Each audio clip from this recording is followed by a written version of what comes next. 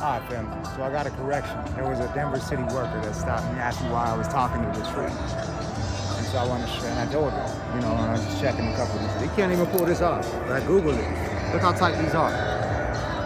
Look how tight that is. It's like a tourniquet, yeah? Look how tight that is. You can't, it's like a tourniquet on your arm.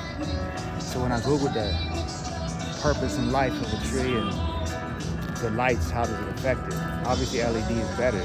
Is it necessary? And then it said that Denver doesn't have accountability for the funds. But then she looked it up. She said it actually is $104,000. So there is accountability. I said $104,000. Yeah, you have doctors and good people who are out here, people who've been injured and are homeless and they're still unsheltered. And then I said, I was just looking at all these trees and look at the roofs. And look what they're under. And look at all these people eating, yeah? Just eating. And none of these are creating, and she got mad. She said, well, look at this vegetation. They said that they had to replace them every 3 months. How much money is that? Well, before all this was here, there was actually natural vegetation and so much food. You know what I mean? Like before you had to buy flowers, there was actually medicine and food here. That's called indigeneity, yeah? That's why it's important. And how much are we eating? How much are we eating? Do they even know what kind of tree this is? Or they just see it's a pretty thing with the lights on it so they could come here? Do they care?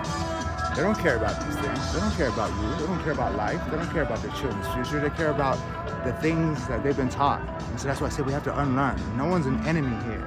It's the way that we've been taught to see the world. And so it's the truth or lies. So look at this.